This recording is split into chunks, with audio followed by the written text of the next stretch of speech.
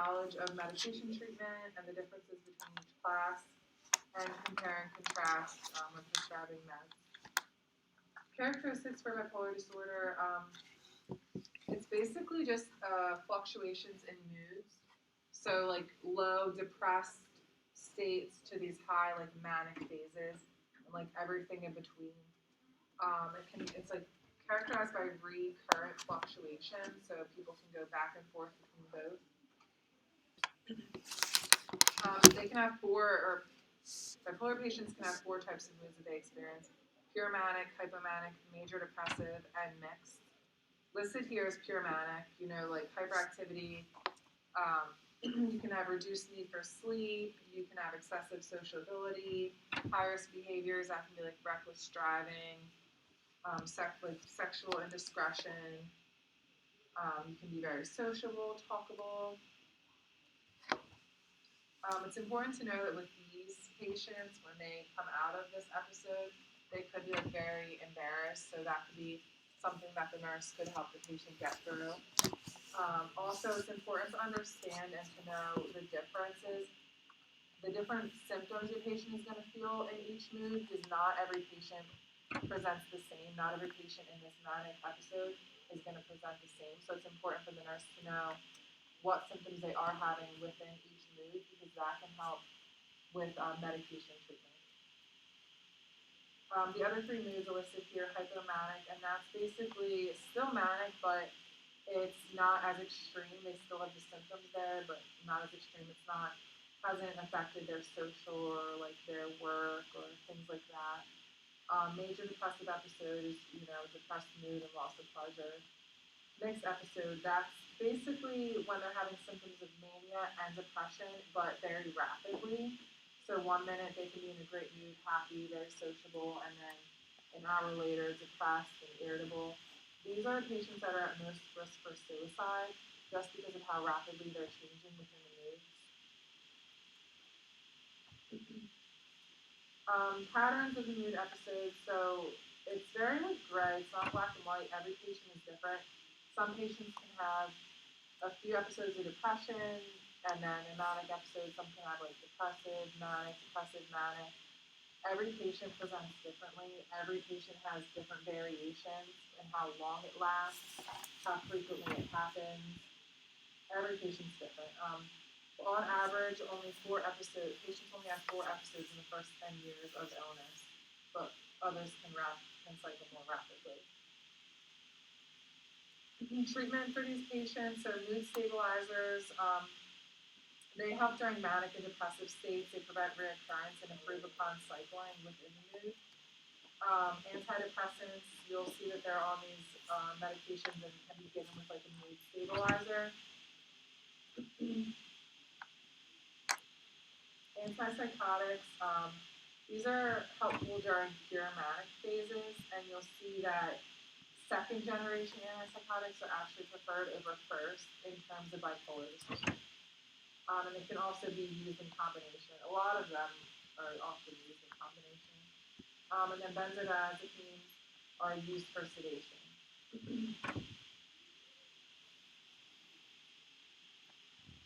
Lithium is the #1 medication usually prescribed for bipolar disorder. Lithium and dapagliflozin we're going to talk about. Lithium's been around for a long time. It was developed in 1970. Has a low therapeutic index, so we know that we're going to be having like constant monitoring on the patient, and also they're at risk for significant toxicity. It's a drug of choice for controlling acute manic episodes and long-term prophylaxis to prevent them from reoccurring. Its manic effects work within 5 to 7 days, but its full effect takes 2 to 3 weeks.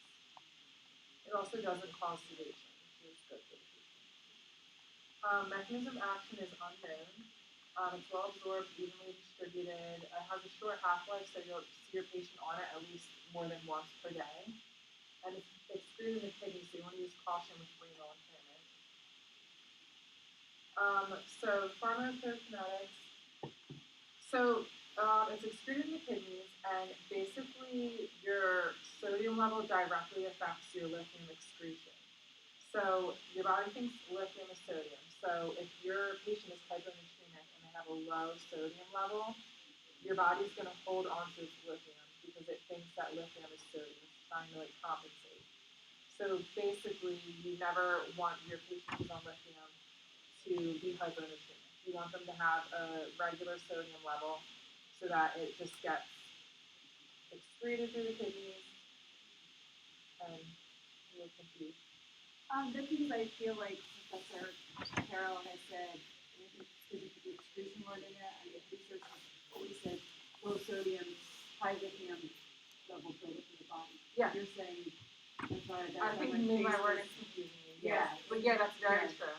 The lower your sodium is, the more lithium you're going to have. So you're saying there's less, because that buildup, it's not being excreted. Yeah, there's less excretion. That's why I kind of I was thinking about like what she's saying and try to Yeah. Yeah, but no, you're right. The lower your sodium is, the higher your lithium is going to be because your body's trying to compensate. It thinks that the lithium is sodium, trying to keep it in. So you'll definitely see. Does everyone else feel okay with it? You'll definitely see these patients having their sodium level drawn before starting treatment and frequently after too. So this slide, you basically just want to memorize and know all these numbers and these labs. You always want to have your lithium level less than 1.5. Initial therapy levels are 0.8 to 1.4, and that's when they're first starting out on the med. Maintenance is 0.4 to 1. Patients will have their levels drawn 12 hours after their evening dose, so they take it like before bed. You would instruct them that when they're coming to the clinic or the doctor's office in the morning to make sure they don't take their lithium prior to having their labs drawn, because you don't want to have like an elevated false level. Like they may look like they're super therapeutic, but it's probably because they just took their lithium like hours ago. So you want to teach them that. Also, they're going to be having their levels drawn every 2 to 3 days at the beginning of treatment. And during maintenance, they'll have it drawn every 3 to 4 months. Can you hold it for like above 1, above 1.5? What's the value? So if they're first starting out and they were, say they're like initial therapy, and they were like a 1.5, then maybe you'd know, oh, we're going to teach a patient, starting tomorrow, you're going to take a smaller dose. Because we're still starting out, we're still like getting them to a maintenance level. If they were maintenance and they were 1.5, you said, that's high. You would be holding the dose. Okay. Yeah. So here's adverse effects at therapeutic levels. So we're going to go with this one. The next slide is adverse effects at toxic levels.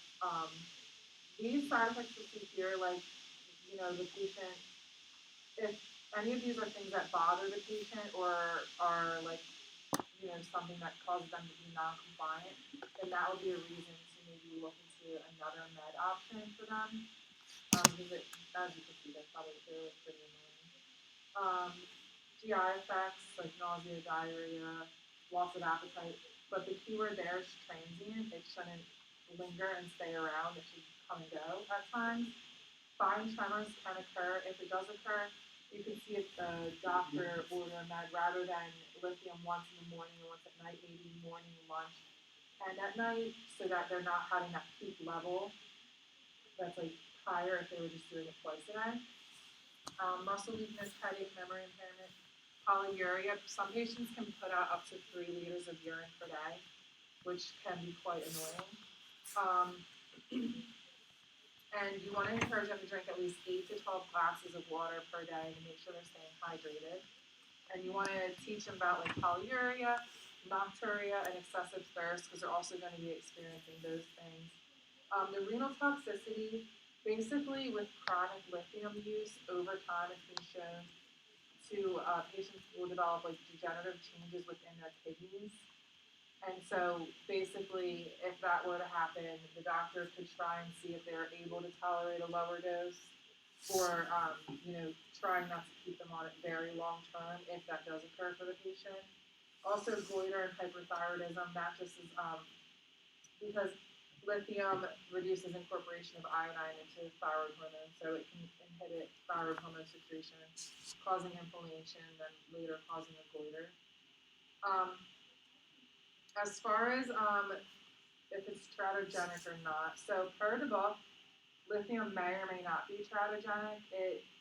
Back in the day when it was first made, it was shown, I think, 11% chance of birth defects. But however, in newer studies, it showed little to none birth defects. But nonetheless, it's still listed as a pregnancy category D, um, and it should be avoided. But there's cases where, like, if the patient and the provider thinks benefits outweigh the risks, then the mom may be on it. So this list is super therapeutic toxic levels. Um, when you're getting past that 1.5 and getting to 2. Your book actually on chapter 33, page 380, it has a list broken down pretty well. It's like signs that you'll see at 1.5 to 2, signs you'll see at 2, and then signs you'll see at 2.5. This is kind of like a mix of them all. But 2.5 is usually like almost death. I actually took care of a patient that required, she had a kidney transplant because of her lithium toxicity. She was like, just didn't go to the doctors after they gave it to her. But she got a kidney, so she got better. So you can have persistent GI upset, rather than like the transient, it stays around, like the nausea, vomiting, diarrhea, coarse hand tremor, confusion, hyperirritability, EKG changes, sedation, blurred vision, seizures, diuresis progressing to oliguria, and ultimately death. There is no antidote for lithium. It's really just supportive care, but if the patient does come in like around the mid-2s, they likely will have to get hemodialysis to get it filtered out. Question. Yeah. So is it fair to think of like the therapeutic level adverse effect as like expected? Yeah. And then the toxic levels is what we need to act on? Yeah, exactly, yeah. Yeah, the first one, this one here, we're teaching the patient to experience that they're probably going to experience these. If they are that annoying to them or inconveniencing, then we can switch meds. Whereas this one, this is like, probably calling the doctor or 911 depending on the severity of what's going on. But yeah, we teach family members and patients like this is not, we don't expect them to experience this. It means something's probably wrong. Drug interactions, so diuretics, because they're already losing a large amount of urine, we don't want to further diurese them. That also would probably further contribute to hyponatremia. NSAIDs, NSAIDs decrease prostaglandins within the kidneys, so prostaglandins help with renal blood flow. So if it's decreased, the kidney blood flow will be decreased and will alter the excretion of the medication, and you'll end up holding on to the lithium. And then anticholinergic drugs, only because of like the drying effect and the urinary hesitancy with anticholinergic drugs. You'll have urinary hesitancy, but then you'll be having this increased urination up to 3 liters a day, which could be just very painful for the patient and like very inconveniencing. The preparations are listed here. It comes in many different forms. You okay? Sorry, it's okay. I'll ask later. No, you go ahead. Could you go over why NSAIDs can increase the lithium levels again? Yeah. So the NSAIDs, taking NSAIDs decreases your prostaglandins, and so it's decreasing the prostaglandins within the kidneys, and the kidneys help to the blood flow through the kidneys. So when you're decreasing that, you're decreasing like the lithium that's going through the kidneys and like being excreted out. Yeah, no problem.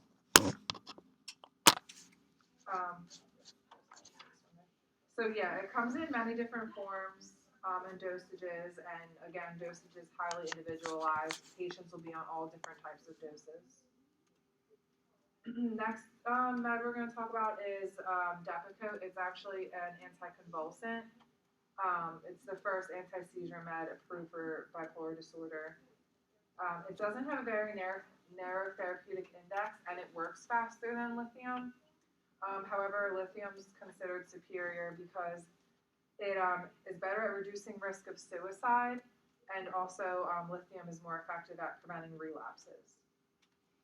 Its mechanism of action, again, is unknown, but exerts its effects by increasing the concentration of GABA in the brain. It controls symptoms in acute manic episodes, too. So its adverse effects, you could see are thrombocytopenia, low platelets. You could get pancreatitis, so you'd want to monitor amylase and lipase levels. And you also want to monitor LFTs because you could develop liver failure. If the patient were to develop any three of those things, it would be an indication to stop the med. It is teratogenic and can cause birth defects. It can cause GI discomfort, so we often give it like enteric coated. And it can cause weight gain too. Next two, these are also anti-epileptics, Tegretol and Lamictal. Tegretol helps with manic episodes, treating and preventing them. Lamictal is indicated for long-term maintenance and is often used with combo with another drug, but it can be used alone. Antipsychotic drugs can also be used for bipolar disorder. They're used to acutely control symptoms during manic episodes. They can be used long-term to help stabilize moods, and they also can be combined with other meds. There's a few of them listed here that you may see. Clozapine is mainly not used anymore. It can cause a low white blood cell count, which can open the patient up to infection. So it's usually not used much anymore. I have more questions. So lithium, this is a lithium question. A patient taking lithium medication reduces his dietary salt intake to help lose weight. Which of the following is expected to show in his blood work?